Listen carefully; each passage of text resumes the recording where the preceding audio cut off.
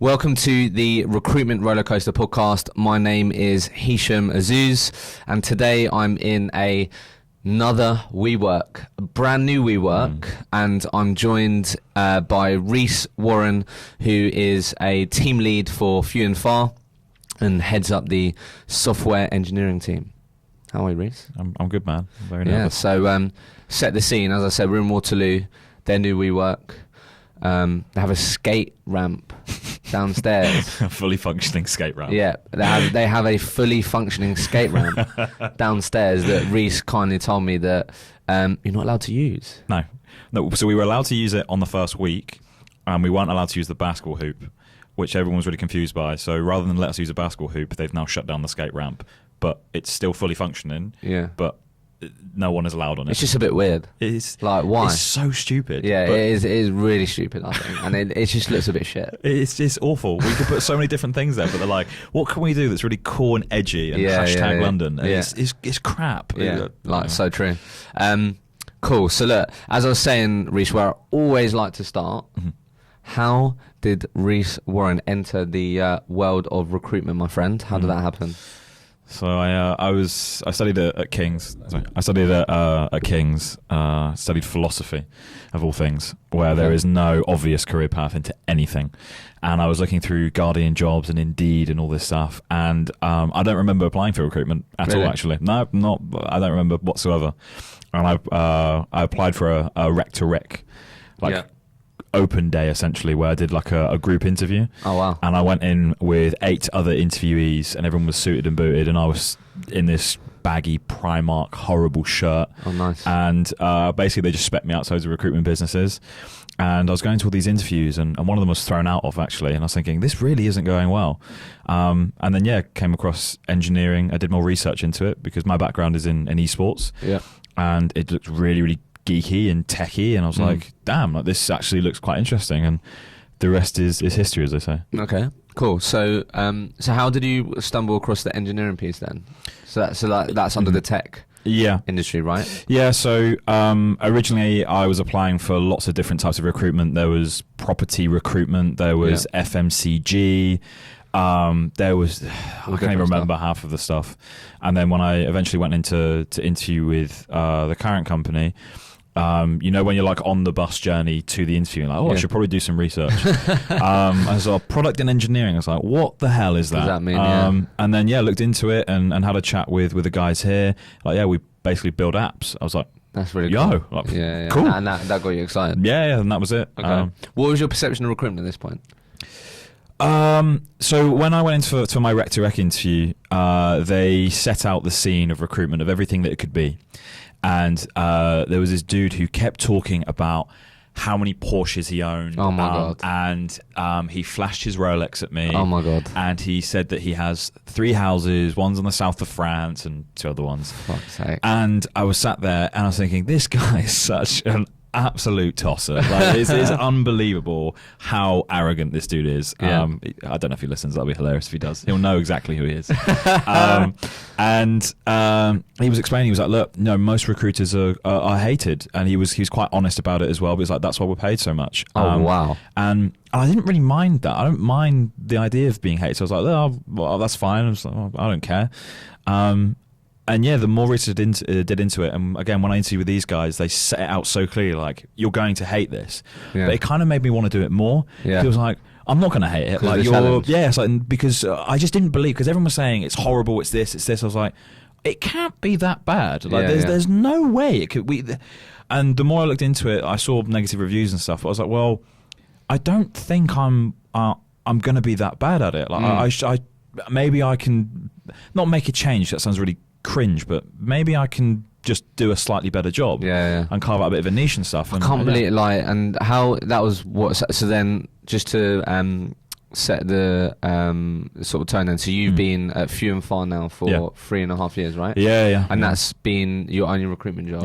Yeah. So these types of conversations on what recruitment is and these types of things only sort of 3.5 years ago, which I just think that's just so lame. Like, how so if you like now knowing what you know now, just out of interest before we sort of move into how things went and stuff, like how would you sell recruitment now? Like if the next Reece was in front of you right now and he was sitting on the other side of the table and you know him what you know now, how would you sell it to him? I would probably do what was done originally, but probably worse. I would say that it is really horrible at first, because I think when you first do this job, getting used to the hours and the amount of work you put in, the amount of rejections. For me personally, I'm terrified on a night out to approach a girl, right? In case she's like, no, you're ugly. It'll break honestly, it'll break me. Yeah. And at first it's kind of like that when you're calling through job boards and you're like, look, I've actually got a really good role. And they're like, no, please don't call me again. Yeah. Or where did you get this number? It was awful, but the longer you do it, the more you enjoy it. So I'd repeat what was said. The only thing I would really change is more information about the market. I think it's really, really important for everyone to understand the market they're getting to, because I think the type of recruitment that you do really depends on your, or really affects your experience of recruitment. Because I imagine recruiting for people in finance is very different from recruiting people in software engineering, right? Yeah, for sure. And I would hate finance because... Yeah, that makes sense, yeah. Okay, that's interesting. So you touched on it a bit there. I always like to speak to people about their sort of first year in recruitment, because I had my own experience with that and how difficult it was. Yeah. How were your first 12 months then? To be honest, they were really, really strange. Okay. So when I first joined the business, we were about 8 or 9 people, so much smaller than we are now. And we were in a position where the engineering team, there were 3 of us, not including mobile. And I was working for this guy who was hilarious. And we'd come into the office and we would just sit and chat and just basically not do much work. Oh, wow, and it was pretty great, to be honest with you. Yeah. There weren't as many pressures as there are now to like pay the bills. Obviously, I'm in a WeWork now where the rent is ridiculous.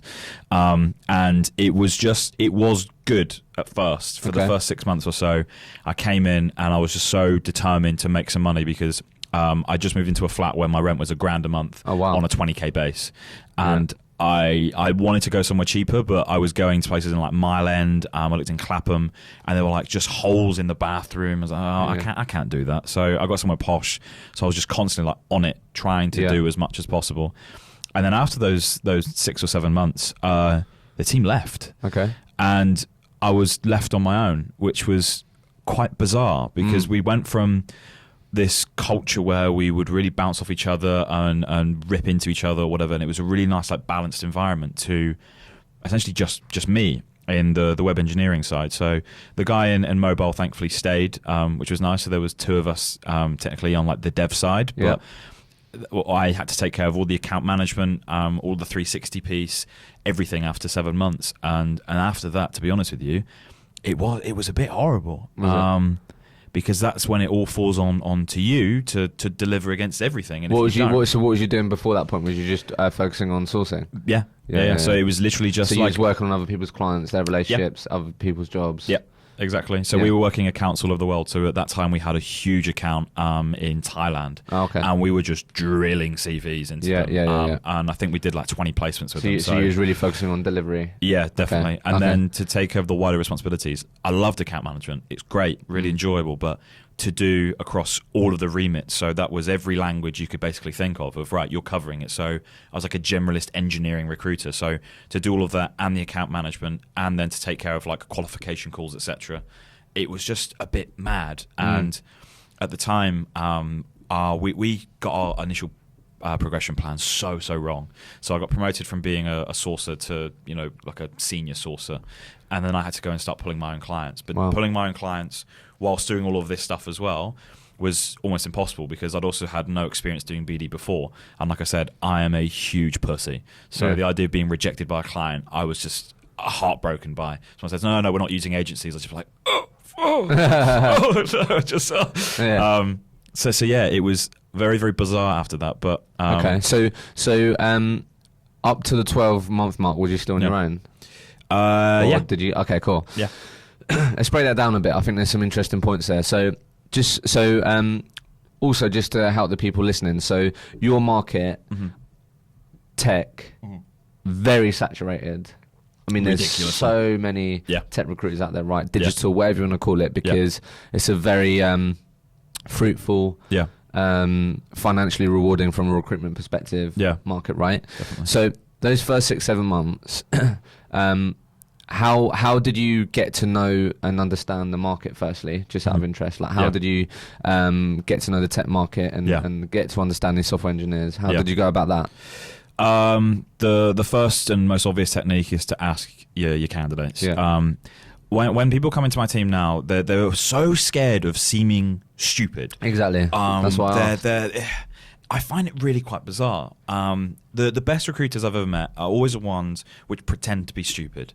So they'll speak to the candidate and say, "Oh, so out of interest, like how do REST APIs work?" Right? That doesn't make you stupid, not knowing that. Yeah. We aren't supposed to know that. I don't have a degree in comp sci. I have no freaking idea, right? Yeah. So going in with that mindset of saying, look, I saw this on your CV that, for example, you've done a migration over to a microservices architecture. What the hell is that? Yeah.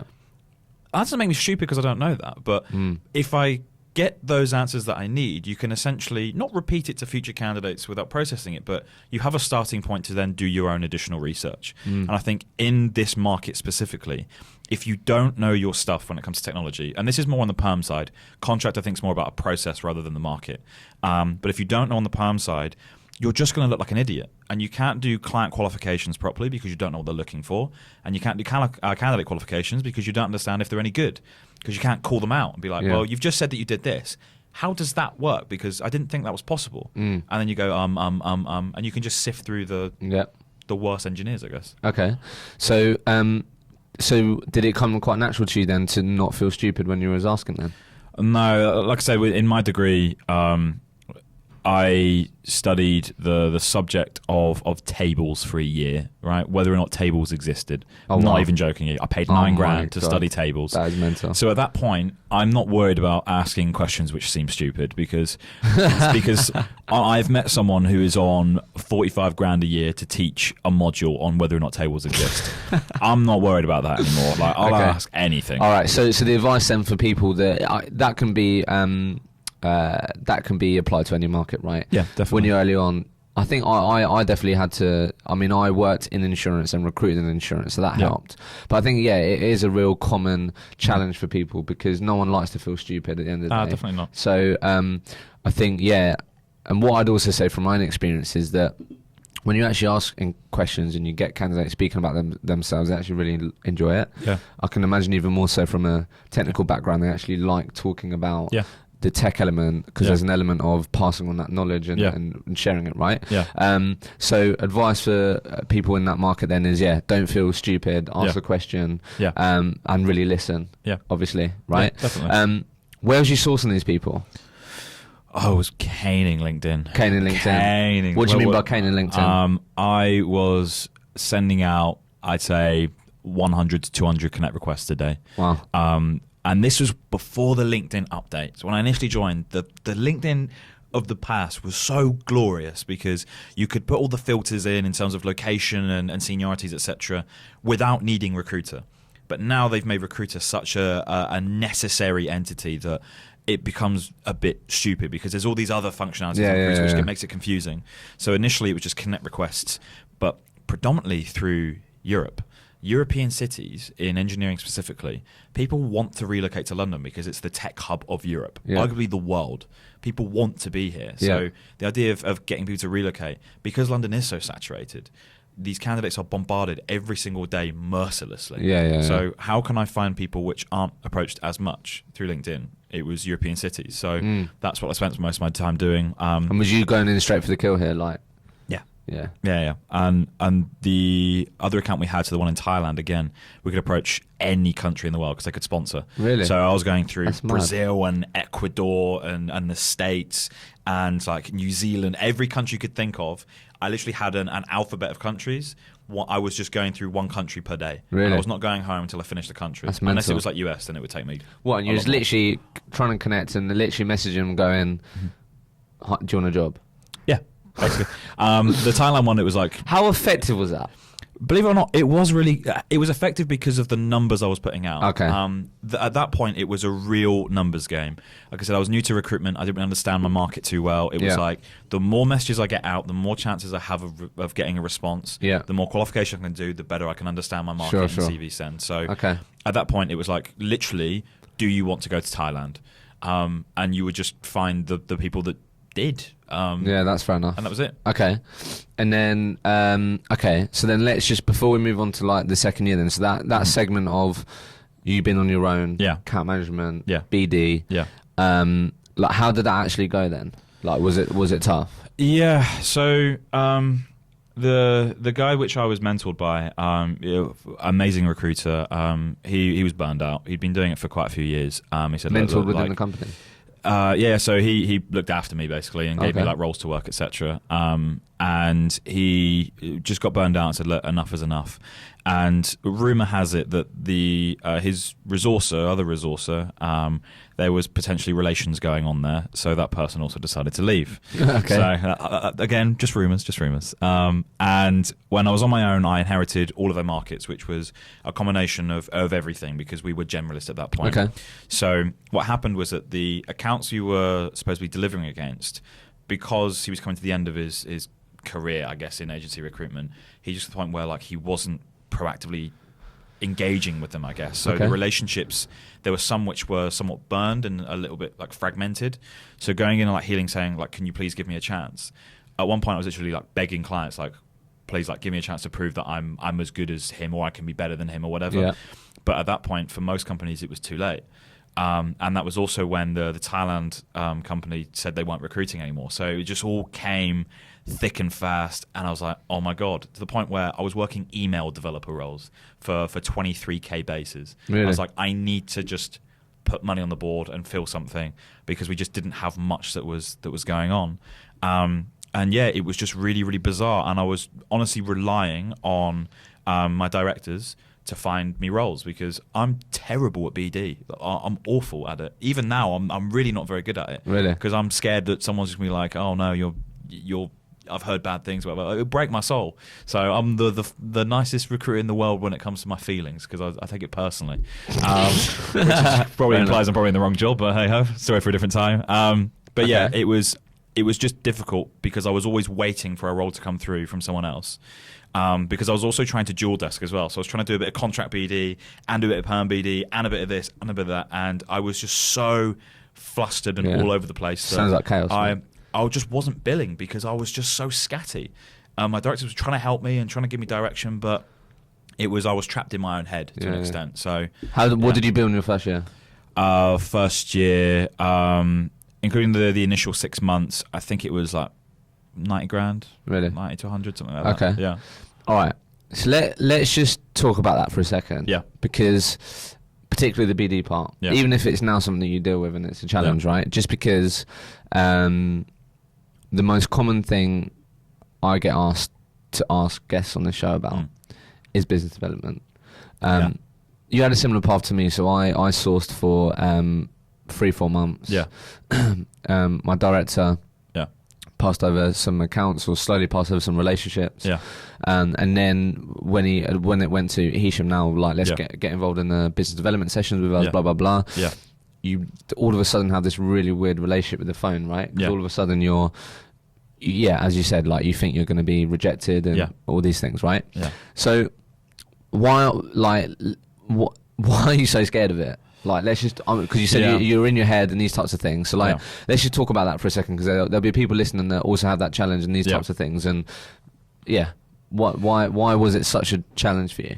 I think it was honestly because I was stretched so thin, and I was also trying to prove that I deserved my job. Because I think when you're in your first year, most people are thrown into the deep end when it comes to BD. At least a lot of recruiters that I know. And you're under so much pressure to send out X amount of specs and do X amount of calls and add X amount of contacts to the CRM. And it's all just a bit much. Yeah. And you're not doing your job as well as you could because you're trying to do so many different things and you're trying to tick so many boxes and hit so many KPIs that your brain just shuts down.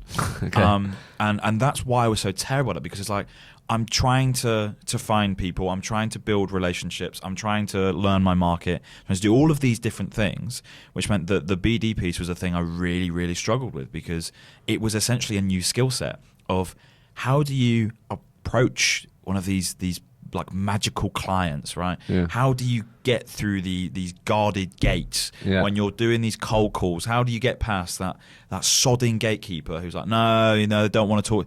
How do you do all these? It's just a completely different mindset, I guess. So I think the trick which I learned eventually, and thankfully the bosses were sweet with, it was like, can I please just not add all of these freaking contacts to a CRM? That was my thing. It's like every time I do a call or this, I have to log absolutely everything, and it was flustering. It's like, just let me just go. I'm just going to go message loads of people. I'm not going to track how many specs I've sent. I'm not going to check everything on the CRM. I'm just going to see what happens. Which, looking back, was quite brave to do that because you don't know who you've messaged and who you haven't. But it was like, I just need to be free a little bit to not. Okay. I don't know if that makes any sense though. I think so. But so it just sounds like a mixture of you struggle to manage your day. Yeah, really in terms of like making sure that you're doing all the things you need to be doing. Yeah. And then it seems like because the business development part was something that you didn't enjoy. Yeah. You sort of just tried to brush that under the sort of daily tasks as much as possible. Yeah. And then when you did do that, there was certain processes that you needed to do which you just didn't quite enjoy.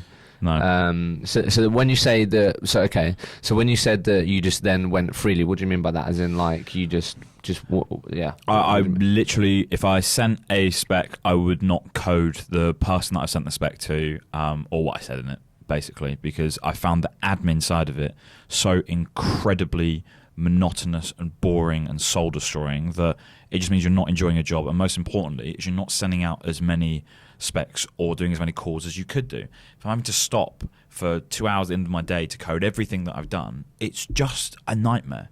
So in that first year, my priority was bringing on accounts, seeing success, delivering against them, and rebuilding the team. So that's the sacrifice which I chose to make. And it depends on the business you work for as to whether or not you can do that. That's difficult, that one, just because like, long term, that's definitely not the right way to do it. No, it's not. But nowadays, I do it very differently. But back then, it was like, I need to choose something. Yeah, you just tried to. Yeah, that's fair enough. I'll totally get that. That's fair enough. Okay, so year 2 then.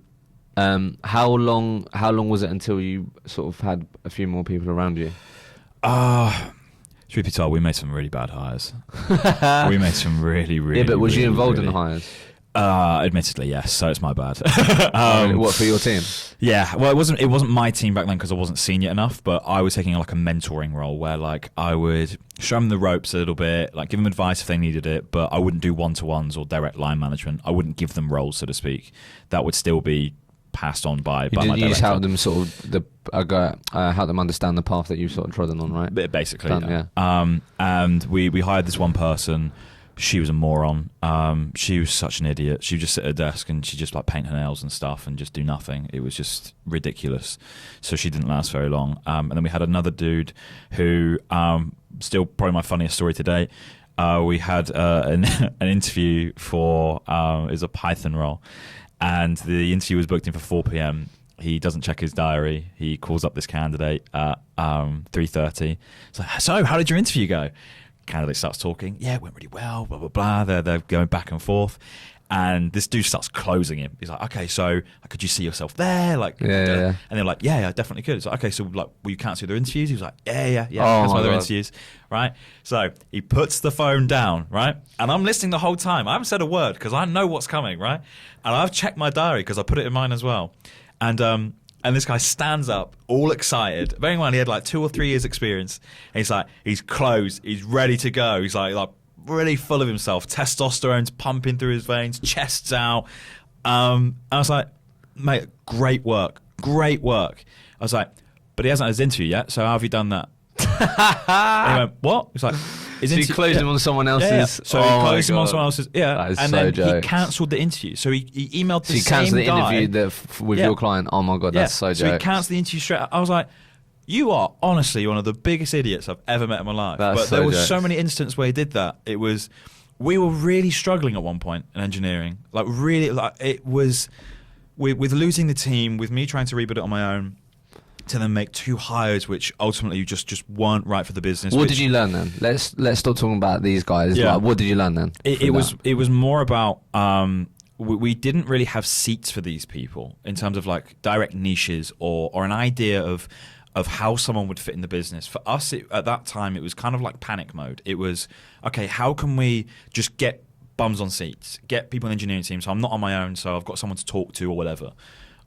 We learned after we hired these two people that was the wrong strategy to take. So from my perspective, I was much more then focused on pulling like a volume of roles with my director, saying, right, let's just get some roles through the door, let's get some accounts, and let's figure out a niche of where we can start carving this thing out. So I was like, okay, I'm going with JavaScript. I'm going with front end. So I'm going to take care of half of the engineering world, essentially. You've got front end, you've got back end. I was like, I'm going front end. That's my thing.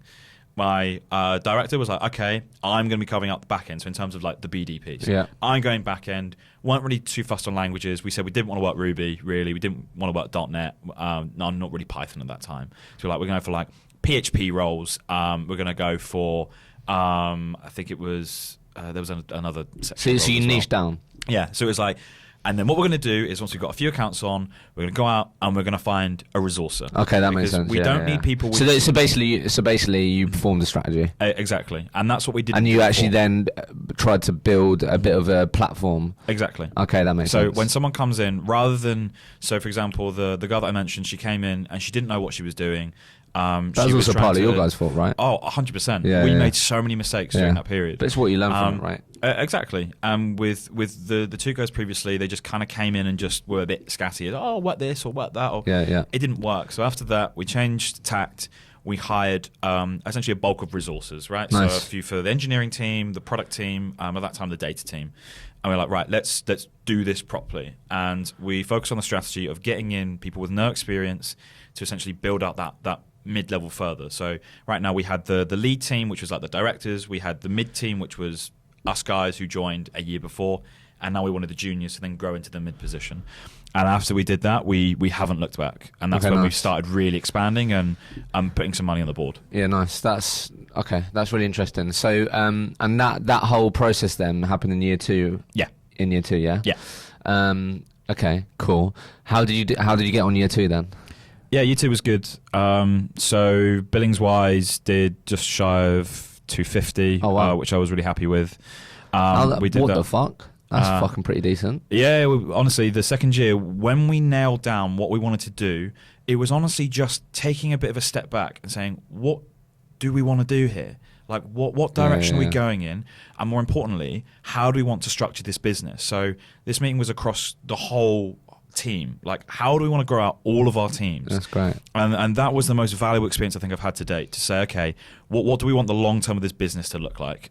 We've came up with like 3-year plans of how we're going to scale, blah blah blah, which is all well and good, but it was looking at the next 12 months. You took a step back. Yeah, you took a step back. And that was it. So we were like, right, we're going to hire a few resources in Jan. We're going to hire a few resources in July, because obviously that's when people graduate. Yeah. And then we'll look again in Jan as well. So it's like coming up with dedicated hiring cycles rather than sporadically hiring throughout the year. Yeah, and being reactive. Yeah.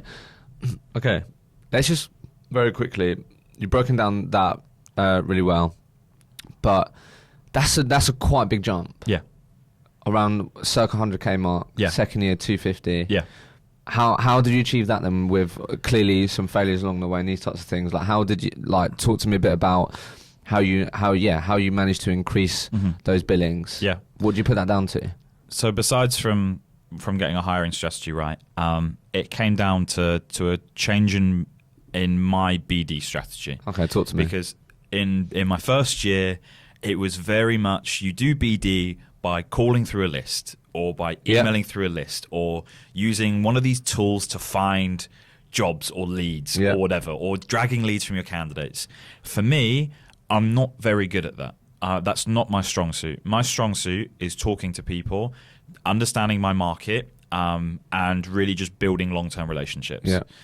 When I have one of my candidates in process, I make sure that they are treated like a king or queen, right? As best as physically possible. It's not possible with everyone, because some people are just a bit strange, but again, story for a different time. And rather than go through all these other ways of doing BD, I just went simple. And that was, all of these people that I'm placing, why wouldn't I just keep in contact with them? Why wouldn't I just say, hey, do you want to grab a beer? It was literally as simple as that, of just keeping those relationships going. And that meant that I was pulling roles through clients that they had joined, through clients that they knew were recruiting, through friends, through networks. It all came through referrals and recommendations. And I know that sounds a little bit cliche, like, oh, I get all of my roles through recommendations. But genuinely, in my second year, that's the strategy I took. So the strategy is double down on your candidate relationships. Yes. Okay. And when you say that, you mean obviously building that relationship. Yeah. But and then are you pretty much basically asking these people, saying, who's the hiring manager? Yeah. Are they hiring? Yeah. And then these people would then go, look, I know you're hiring. Yeah. I know this guy Reece, really good or whatever. Yeah. Was that the... Yeah. It's literally, can you intro me via email? And even if it leads to nothing, what you would find is if they didn't want to work with you initially, in 3-6 months, if they still hadn't seen any success or they've got a new round... But what about... Just thinking... If you get introed and I'm I don't know, whatever, a front end engineer or whatever, right? Yeah. And I intro my hiring manager to Reece, aren't they? Go, well, hang on a minute, this recruiter's speaking to my talent. Do you know what I mean? Well, this is where you have to be quite delicate with what the intro actually that's states. what I mean. So I always use a pretty structured format in terms of these intro emails because they had to be pretty careful. Format was literally, I've worked with Reece in the past before I joined this business. Okay, nice. First and foremost. Second of all, it would be, we still keep in contact. He's not trying to poach me. He's just a good guy. Speak to him to yourself, and you'll see what I mean. So okay, cool. That's solid. That's what I mean. That's what I thought. I was quite worried about that at first, admittedly. But the more that you do it, and the more recommendations you get, because it's such a small community, the recommendations just kind of, if they hear it from one person, they'll also check it with someone else. Yeah. So for me, again, the personal branding piece is so freaking important. So like my recommendations on LinkedIn, I try and get as many as physically possible. So that way, if I've had an intro via email, you'll go on LinkedIn and say, oh, he's worked with so-and-so. Yeah. So it just had to be quite consistent in the way that when you switch to a strategy like this, you need to make sure your brand is on point and that your recommendations can come from a number of different places, essentially. So that way there's consistency across the market. What's in it for the candidate? To be honest with you, just a lot of love and affection. Really? Yeah, that's the way which I always phrase it. It's a case of, if you can intro me, I will take you out on a lovely evening of debauchery or whatever you want to do. I've had some very weird requests of how we want to do it. Others are more set on taking like a percentage of the fee, which again, fine with. If they want to take a small percentage as a cut, more than happy to do that. Have you done that? Yeah, multiple times. Okay, so that's really interesting. Like, for me, like, luckily bosses are happy to do it, which is awesome. Because it's like, if I can say, for example, say, right, 10% of the fee we're going to give to you as a thank you. So let's say it's $1,000. You get $1,000, the business has made 11. Right? It makes commercial sense. And if they do it again and then again and again. So the idea is, particularly with contract talent as well, is if you set up these relationships, they do your BD for you. They're like your little pigeons. They just fly off and they get the word about few and far out there. And it's just doing something like that, which is so small, that can just be so powerful. So it just usually means that when we're negotiating terms with businesses, we try and get an extra % or two just to kind of accommodate what we're going to be losing. Okay, that's interesting. So for you, the big reason then for you to sort of leveling up your billings and stuff was getting the BD approach. Yeah. Right. So I'm assuming then this meant that you had way more opportunity to make more money. Yeah. And these types of things. So would you? And then you back yourself to deliver in terms of resourcing. Definitely. Yeah. Yeah. Because I mean, everyone will say it's a candidate short market in your world, right? Yeah. Yeah, it is. But I think you mentioned it briefly there. How have you? Is there any on the sort of resourcing and delivering side anything that you did really well that you feel contributed to you hitting that sort of 250 mark? Because I've seen you guys online and you talk about building communities and all these types of things, right? Yeah.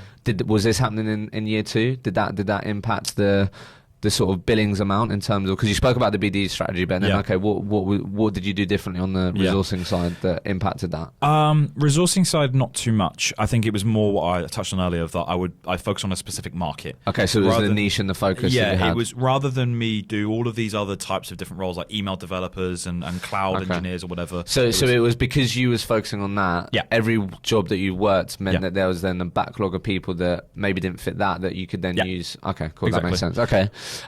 Year 3. Mm-hmm. So you've been here about 3.5 years. 3.5 years. Okay, cool. Year 3 then. Yeah.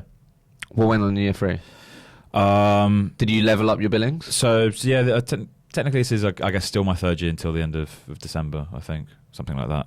Okay. But because I joined in July, so it's a little bit awkward. But to date, so this year, there's not really too much difference between my 3rd year and now, to be fair. So this year we've done 260 to date so far. So I want to do more ideally, but our target's 400 this year. So and you're saying we there? Yeah. So this is the team. How many of you are there? So there's now 4 of us. Yeah. And you manage that team? Yeah. And then it's interesting. So then your billings then, and these people contribute to that figure? It depends on the role that they fill. So when they initially join, if they join as a resource or experienced, that will solely go to my billings. If they get promoted, that's when we start doing dividing it up, essentially. Yeah. So we'll do splits, for example. So we have 25% for each section of the process. So account management, pulling the role, finding the candidate, managing the candidate. Okay, cool. First. So it depends on what level you do as to what split you get. So there are deals where I'll get 0 and it won't go towards that 260, and there will be deals where I get 75%. Okay. So yeah, it really depends. When did you start managing people? In my 2nd year, I took on my first person, which didn't work out, which is a shame. I wasn't supposed to manage that person, but my boss, who was supposed to manage this person, broke his collarbone and was out of the office for, I think, about 2 months or something. So yeah, the structure wasn't in place. It was literally, look, Reece, can you look after her because she doesn't have anyone else to learn from? So rather than just mentor her, I had to directly lead everything. And yeah, it didn't work out. She did 2 placements in, I think, 9 months or something. And she realised that she didn't want to do the job, and she's now a primary school teacher. So nice. Yeah. That was the first experience, and after that started really kicking off on management from July last year. So took on the first person then, and since then added another 3 people to the team. Let's just focus on that for a second. Yeah. Clearly had a lot of failures. Yeah. With this sort of mentoring, managing, whatever you want to call it. Yeah. What have you got right this time? Structure. Yeah, you seem pretty chaotic, mate. Yeah. How have you? So structure. So how was structure enabled you to be a better manager and build this team? So we reached out to an external guy to come in and help us in leadership training, which at first I was really skeptical about. The idea of having an experienced recruiter come in and tell you how to do your job, I got my back up really badly. The first time I met this guy, I was just like, oh yeah, whatever. And we started doing the training sessions with him. So we take out half a day a month to go with him, and he would just talk us through the challenges he's faced, etc. And he introduced a management framework to us, which, put very, very simply, was just a process we would follow in terms of sitting down with your team, the stuff you would cover, the targets you would set, and the conversations which you would have. And most importantly, is asking them what freaking motivates them, because none of us had done that. Wow. None of us before, when we were mentoring, had said, so what motivates you? It's such a simple question, and none of us had thought about it. We'd never had a conversation with anyone we'd ever taken on, including our directors to us, saying, guys, what motivates you? What gets you out of bed? Where do you want to be in 3 years or 5 years? And it was that shift in dynamic of adding in those processes, understanding wider motivations, that we could genuinely drill in on the structure and performance of the team, right? So nowadays with the guys I've got right now, every day we do the same thing. We sit down at the same times. We cover the same topics, and we see success from it because everyone knows what to expect. Whereas before, we would come in the morning. But honestly, we'd come in the morning. Do you know what you're doing today? Yeah, I do. Cool. Done. That was my morning catch-up. and I would be done for the rest of the day. Wow. And it would get to Friday, and they would have 2 CVs out, and I'd say, what the hell have you been doing all week? Yeah, right? yeah, okay. That's a shitty manager. Yeah, definitely. So- Okay. If I'm listening right now, Mm-hmm. haven't got much process, haven't got much structure. Mm-hmm. What should I, like, from that whole process that you've gone through now? Yeah. What should be the first thing that I should implement and do that will probably have the biggest impact? Do you think? In terms of management? Or? Yeah, in terms of management. Management. So that when you take on people in your team, the most frustrating thing I would say, and the easiest mistake to slip into, is answering questions. So if I'm sat at my desk and one of my resources has a question for me, I will instantly want to answer it. I will instantly want to help them. And I think it's the worst mistake that you can do. Okay. So the reason why I say that is because you need to have dedicated times where you have conversations with your team.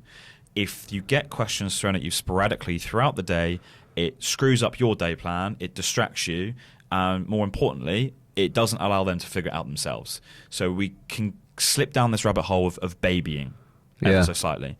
So just giving that autonomy to just let them crack on and do their stuff. And the rule is like, can you find the answer by Googling it? If you can't, we'll have a conversation in our catch-up, right? Unless it's life or death. Unless you're telling me the candidate has dropped out of the final interview, which is taking place in 30 minutes, cool, that's fine. But if it's like, okay, is my Boolean correct? Do we need to have that conversation at 10:30 in the morning? No, because we had a catch-up at 8:30 or 9. We don't need to have another catch-up in an hour's time, unless it's already been booked in. So just sticking to that solid structure makes so much difference, because it means that you can do your job. And if you can do your job, you can pull roles for these guys. Yeah. Or you can find candidates for So the roles. what's the structure then? Structure, so you have 3 catch-ups a day. You have one long one in the morning. What do you mean by long? Long one, usually 45 minutes to an hour. You'll sit there, you'll run through each of their day plans, and you'll set smart targets, right? Okay, cool. Not like core KPIs like, oh, you need to have 20 pre-screens by the end of the day or something weird like that, but saying, if you're going through Recruiter, okay, how many people do you want to message in that time? Okay, I want to message 30 people. Cool. So between 10 and 12, you want to message 30 people on LinkedIn Recruiter. Awesome. Cool. It's measurable. We can work with that. And we'll do that for the whole team. What do you guys want to do? What roles are you focusing on? Why do you think that's the right role to focus on? Nice. And we'll talk through it as a team. After that, we just set them off into the wilderness. Yeah, they do their thing. They crack on.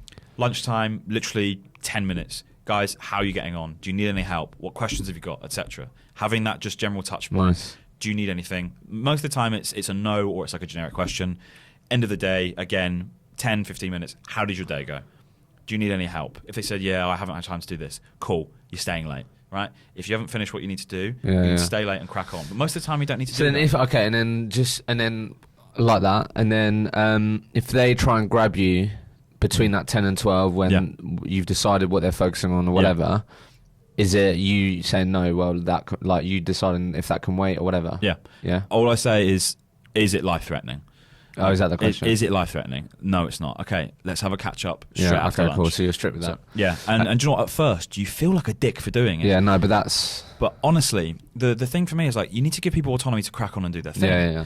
And if you just constantly baby them and say, this is the answer, then they can't grow and progress. Okay. So, and then the final point on that... Yeah. If right now I'm a manager listening, I have a small team or whatever, or even as I guess it's beneficial as an individual, because you said that you hadn't done it for yourself. How did you then cultivate, or what's the conversation to understand what these people are motivated by? Like, how does that go, and how can people approach that? Apart from asking the question of what motivates you, because everyone answers with, I don't know. That's what I mean. Yeah. Some people will say money inevitably. Some people will have some sort of answer like progressing, which is a bit generic. Yeah. The question which we were taught to ask is, you ask your team, when was the last time you felt motivated? Oh, nice. And they'll say, so when my boss did this to me, I knew what he was going to ask me because I was in the same training session. Yeah. I was like, I know what you're doing here, pal. And I said to him, the last time I was motivated was when we had the Vegas incentive, because I'd never been outside of Europe. Vegas, like, I've heard horrible, horrible things about this place. I want to go there. Yeah.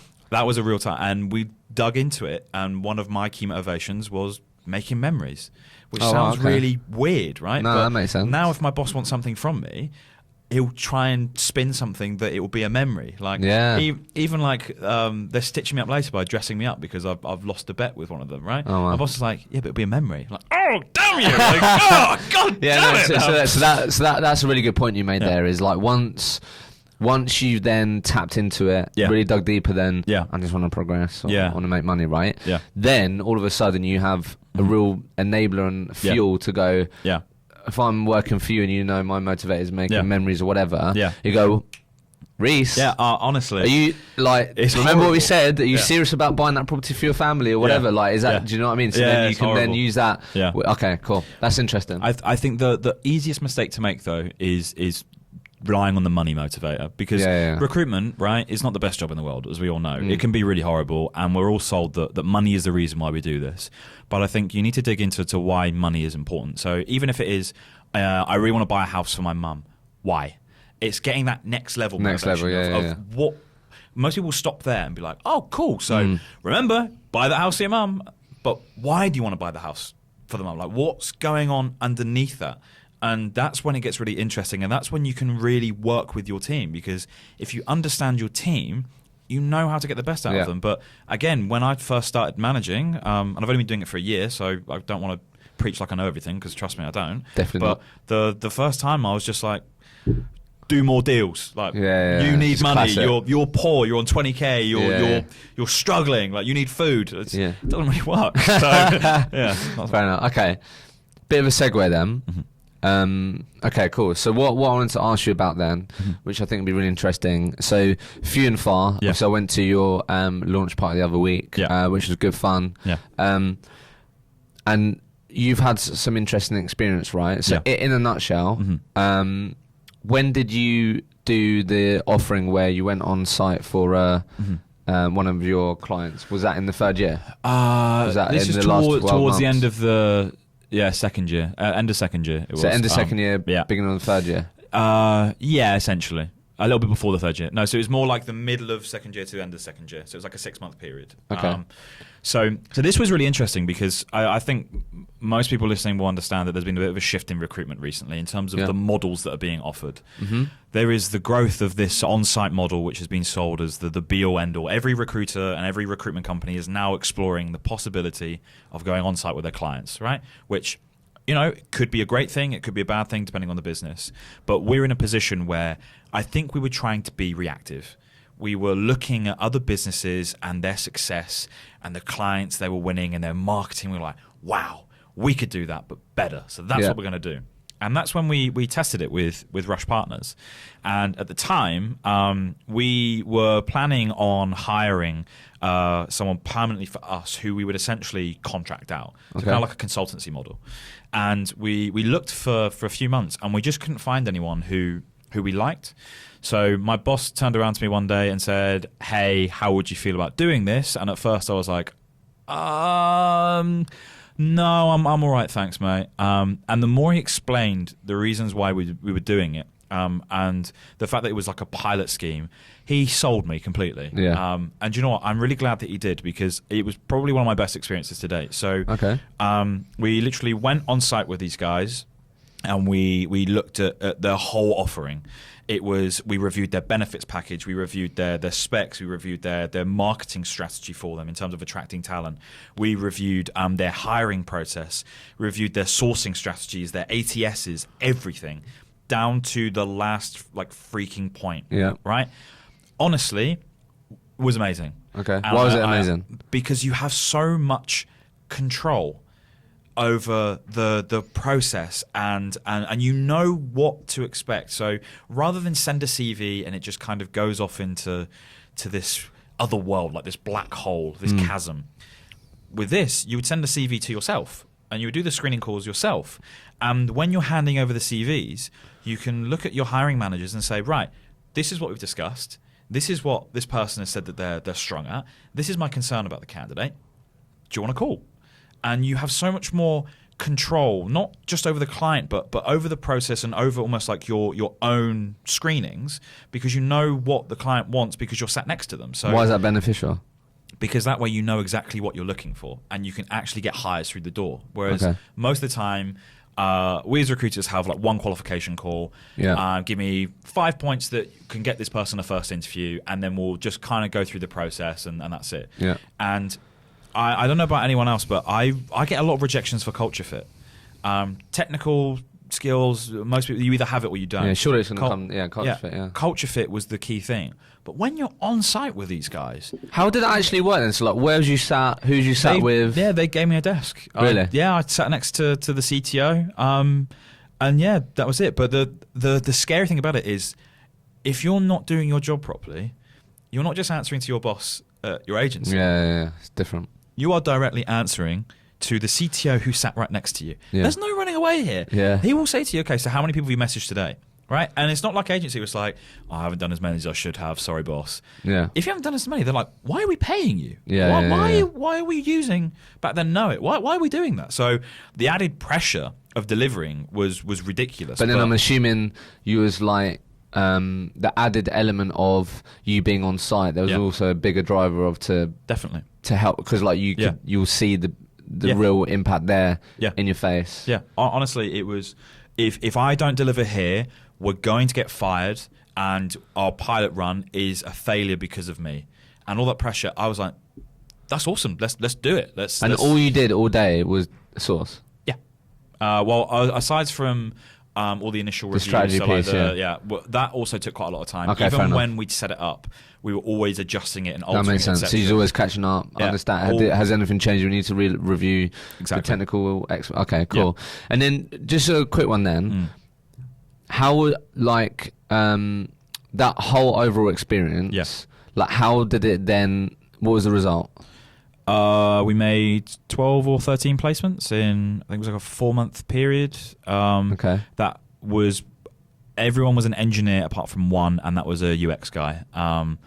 And yeah, it was very, very successful. It was great. And what would you say was the biggest benefit to the client for doing that?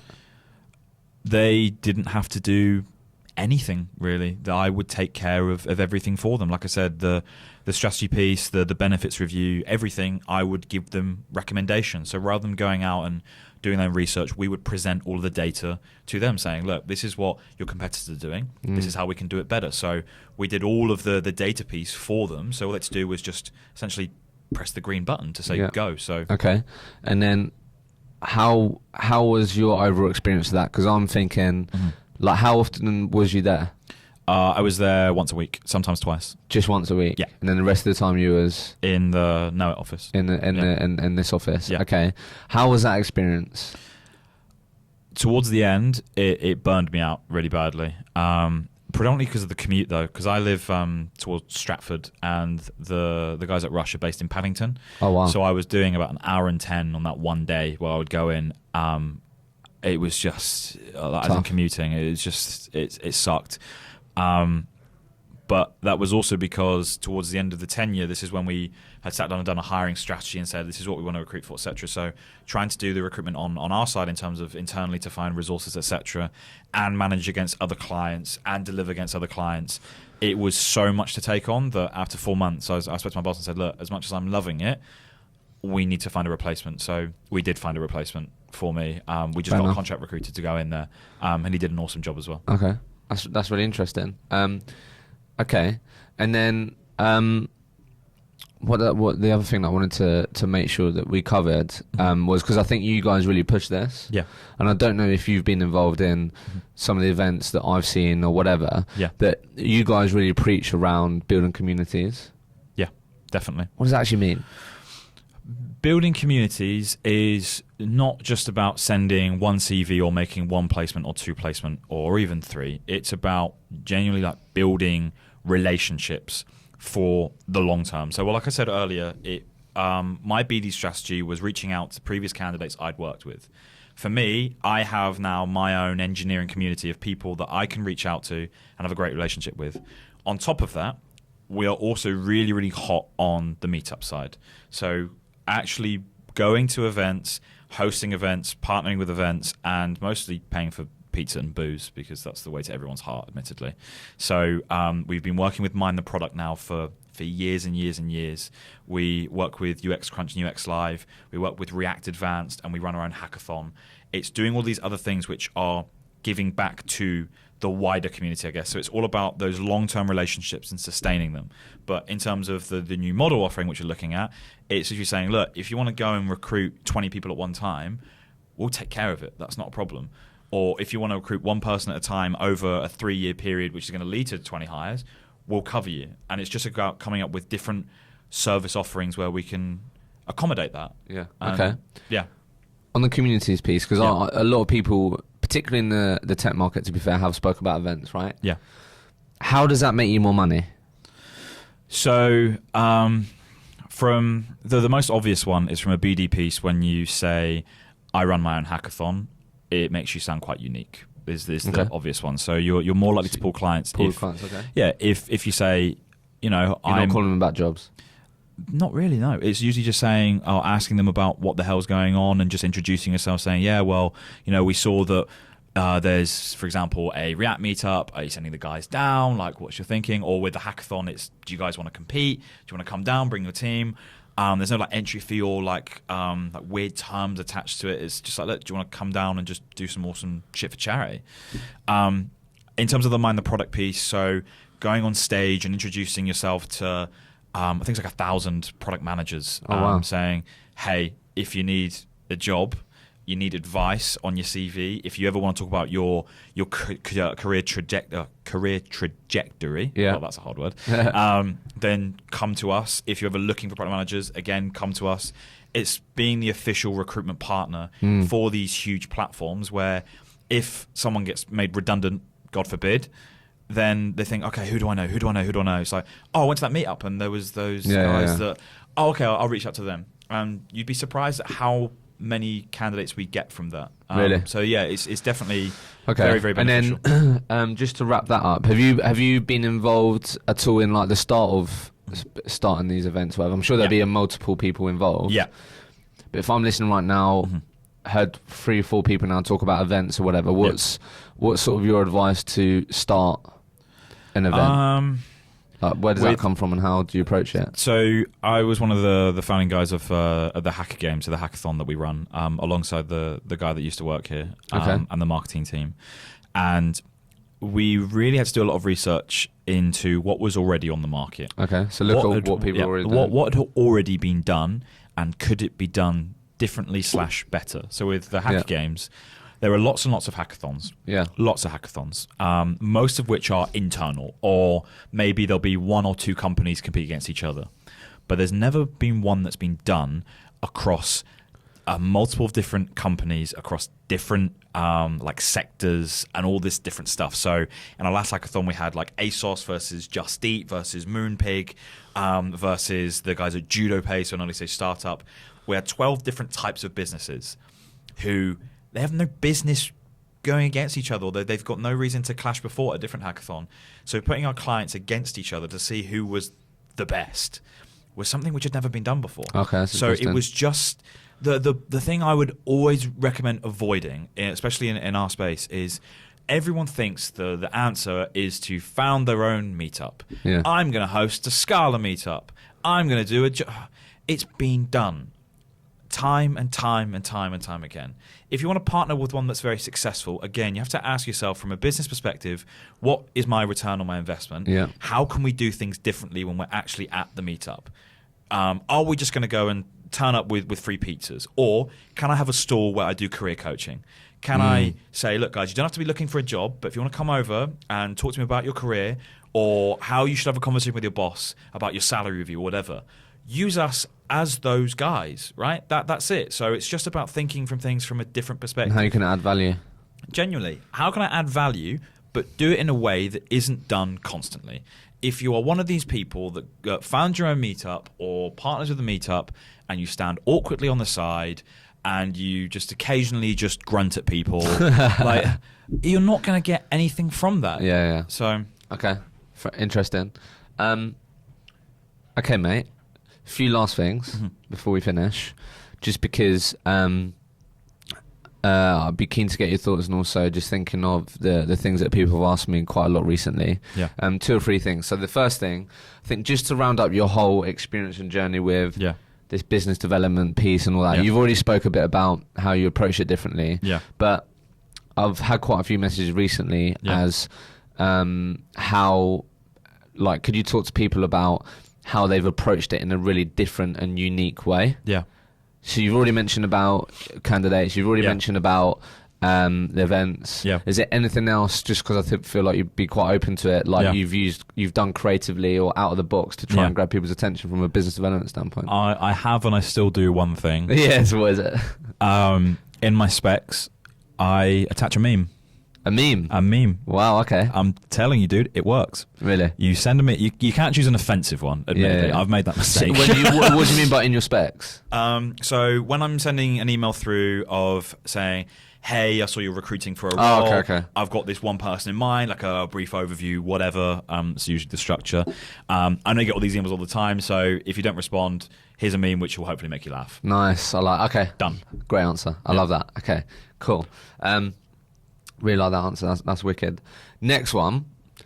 A few people have asked me about this recently. So asked the last chap this. Counter offers. Yeah. It's such a typical. It's such a typical like. Yeah, I know the answer to that. 60% of people when they accept a counter offer don't last, whatever. Yeah. But like, had a few people recently message about. Hisham would love you to talk to people about counter offers or whatever, and like, what's like if one of your guys right now, their candidate's susceptible to a counter offer or whatever, what's your advice for these people? What's your like go-to advice? It depends on what stage. The thing I would always say is you have to cover your counter offer in the very, very first call, and if you don't do it there or you don't do it properly, you're always going to be susceptible. Yeah. So I'll answer this in a few different ways. First and foremost, in that conversation you have, the very first conversation, most people say, what if they gave you an extra 10K? Or something like, have you made up your mind about leaving the business? Does your boss know? Something like that. The questions which we ask are, what can your company do to keep you? In that exact way, right? What can they do? And they say nothing. No, that's not one of the answers you can give. What can they do? They can fire the CEO and the CTO and the CPO. Cool, that's probably not going to happen, so I don't think you're susceptible to a counter offer. Okay. If they say, they'd have to give me an extra 30 grand. Okay, why? What about that 30 grand would make you happy? I just feel valued in my job. Okay, so money is the only way you can feel valuable. Yeah. Okay, but the role that I've got in mind for you is only an extra 5K. So how does that work? Oh, well, money isn't everything. Okay, but you just said it's everything. You really get under the bonnet of understanding from that very first call. And most of the time we say, have you had a conversation with the manager? But I think you need to make a decision as to whether or not it's realistic for something to happen or this counteroffer to happen. So, for example, I've had one counteroffer in my career. It was in my 3rd month. It broke my heart because the guy had accepted the offer. He said, let's go and grab a beer. So I turn up, I'm buzzing. I'm like, I've just banged in a deal. This is for my promotion, I think, back in the day. And I was like, yes. And the office, like, we were all buzzing. Like, well done, Reece. You've done your promotion deal. It was like number 6 or something. And I turn up, and this guy goes, look, I want to grab a beer with you because I've accepted a counteroffer. And I want to let you know that there was no hard feelings. And I sat there the whole meeting, heartbroken. I went, oh, my God. I said, but how? I was like, you told me they'd have to retrain you in a different technology and they'd have to give you at least 15K. There's no way they'd do both. He's like, they did. I was like, how? And he walked me through it. He's like, because their product essentially was still quite early stage, so they could take different technical decisions. So because he said he was leaving and they loved him so much, he sat down with the CTO and the CTO was like, okay, let's change. So they switched from PHP to Node. And I was like, how? Like, how have you, like, that doesn't make sense. But that for me is because I should have realized in a small business that's possible. It's uncommon. So I will inevitably have a counteroffer at one stage in my career in the next, 6 months, a year, 18 months, where I should have seen it coming, but I didn't, right? Because counteroffers, as much as recruiters think they have control over everything, sometimes they don't. Most of the time on counteroffers we do. And through that Yeah, there's question, going to which I be just said, times when you can't, but yeah, okay, no, I really but like you that, have to mate. assess the realisticness of their answer of what can they do to What keep can I you. do to keep you? Yeah, that's really good. And you need to get them to give you an answer. If they say Yeah. nothing, okay, why is it nothing? Yeah. Because I hate it here. They're all arseholes. I hate them. Fair enough. That's good advice, mate. Last two things.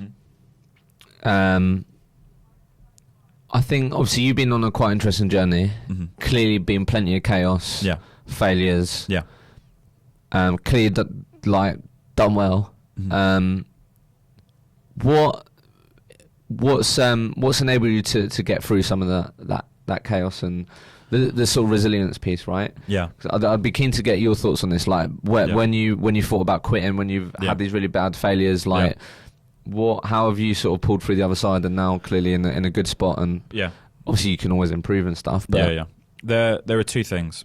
The first one sounds like a bit of a weird, cringe answer, but it's true. And that's the trust which my bosses have given me. Nice. The guys that run Few and Far, it's their very first business. They've never done it before, which means they make mistakes, but they also allow us to make mistakes as managers. Like I've spoken on this podcast, like I've made a few mistakes when it comes to management, right? Or even generally.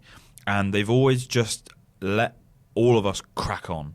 There's no one behind me threatening me with you're going to lose your job or you haven't hit your core KPIs or you haven't been on the phone long enough. It's none of that. It's you are given full trust to crack on, which means if I'm going through a shit time, it's probably my fault because they've given me the autonomy to do what I think is best. So then I can sit there and go, okay, can I change it? Can I do something different? What am I doing wrong? So rather than blame someone else, because I think in some people that we've hired from other businesses, they've fallen out with the boss or it's the type of environment or whatever. In this business, it's genuinely not like that. So it means that if I walk away from recruitment, I have failed. It's on me. I have screwed up. That's the first one. More importantly, though, is the culture that we operate within. And I think this is true of every single recruitment business. If you enjoy where you work and the people that you work with, recruitment becomes much, much easier. Yeah. Luckily, I work with some freaking animals where we can go out, we can have a good time, we go-karting together, or we're planning a trip to Butlins together at the moment, which is very bizarre. Yeah. But if you're friends with the people that you work with and you pull yourself up and you work in an environment where, for example, we have a quarterly night out or we go to Wetherspoons, right? Sounds terrible, right? One of my bosses hates it with a passion because he thinks Wetherspoons is just full of scum, right? Yeah. But it's just weird and different. So having a team to pick you up when you're down and also you being there to pick up other people and bouncing off each other and giving each other different ideas and I'm really just finding a place where you have some friends. One of the things which someone said to me a long time ago was that you have your personal life and you have your professional life and you keep them separate. For me, we do not do that. If someone wanted to join this business and they wanted a clear distinction between work and personal, it wouldn't work realistically because we are friends. What did you do on the weekend? It's not, oh, well, I just watched some Netflix. We will talk about all of our horror stories. Yeah. If one of the guys has been on a horrible date and been catfished. So just bit sort of being in this type of environment has really helped you. Yeah, because you like I said, the most important thing is that you can have friends around you. You're not working for people which are shouting at you saying, you're a failure, you've not done KPIs, whatever.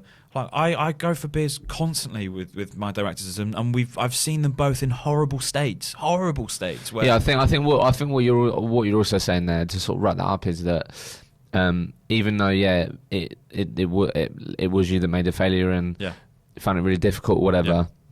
Being in that type of environment and building those types of relationships, it becomes like not just about you. Definitely. Do you know what I mean? So all of a sudden it's like, you're thinking about other people that can help you get through the tough time. And it's not just you and these types of things, right? Yeah, no. And we talk about like building communities for our clients and stuff, but you have to practice what you preach. Yeah. If we can't do it internally and we can't set up, for example, the best ways of attracting our own talent ourselves, how the hell can we advise anyone else? We'd be hypocrites. Right, last two questions. Yeah. First one. What has been the what's been the best reason a candidate's given you for them not showing up to an interview? I've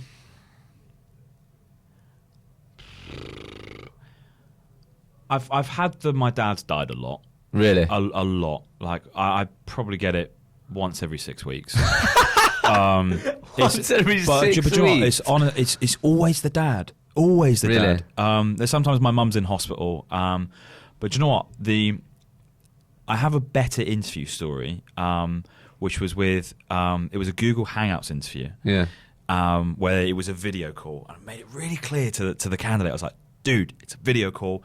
Make sure there's nothing weird behind you. Make sure you're clothed, most importantly.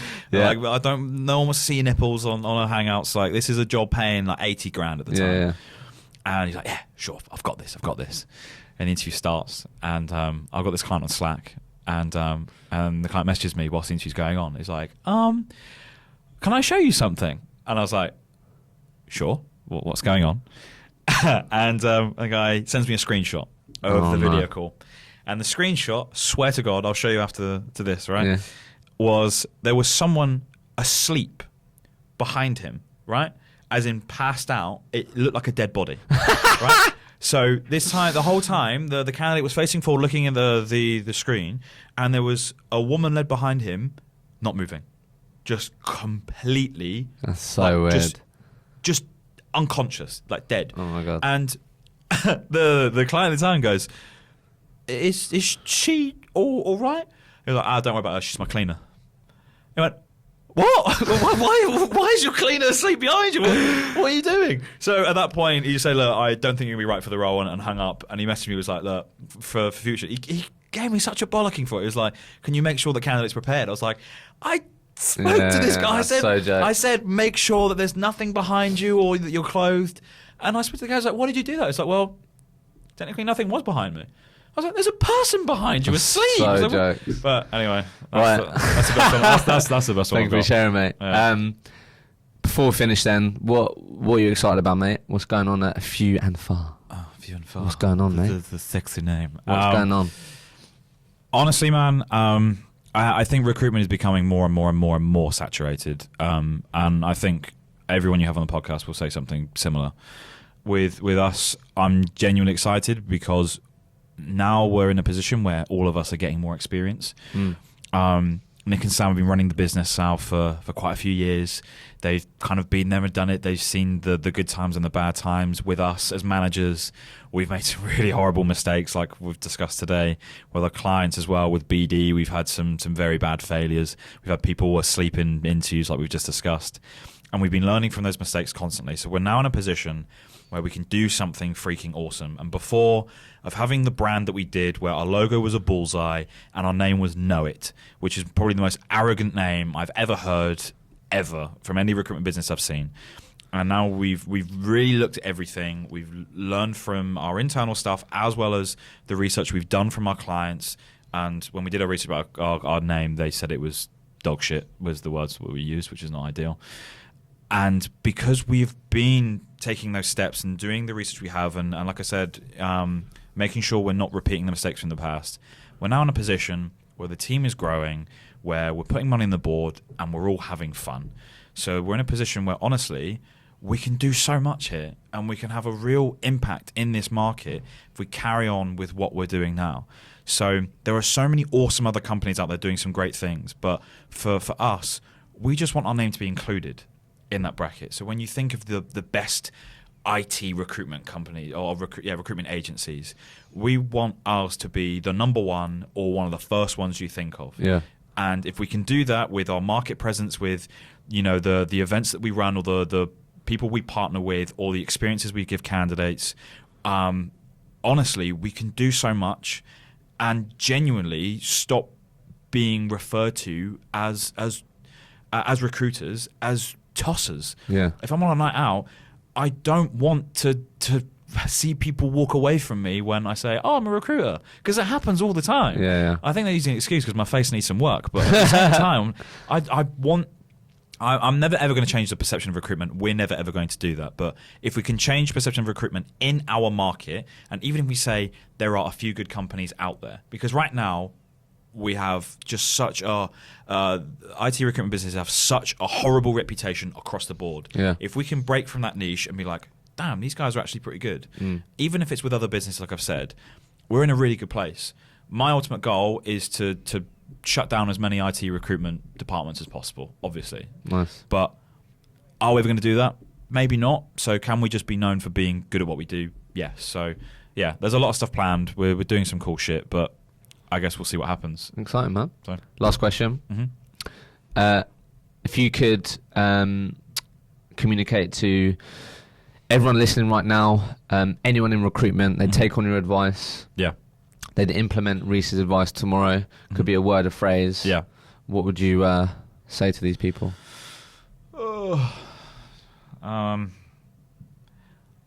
Learn your market. Learn your freaking market. If you can, what we touched on earlier is don't be afraid to ask stupid questions. And this applies to any industry. Don't feel like an idiot because your manager sat right next to you, or your boss is sat next to you, or whatever it is, or that you think the candidate's going to think that you don't know your market. It is fine to not know the answers to everything about your market, because if you did know all the answers, you would be recruiting yourself. Right? If I knew everything about microservices architecture, I wouldn't be a recruiter. I'd be sat on 90 grand and I would be a back-end developer. But I don't want to do that. So don't be afraid to just learn a little bit about what you do. That's the biggest thing. And that's when I first joined, I was scared at first, and then I realized that I was being really, really dumb. So, Reece, it's been a pleasure, mate. Same Thank to you, you. man.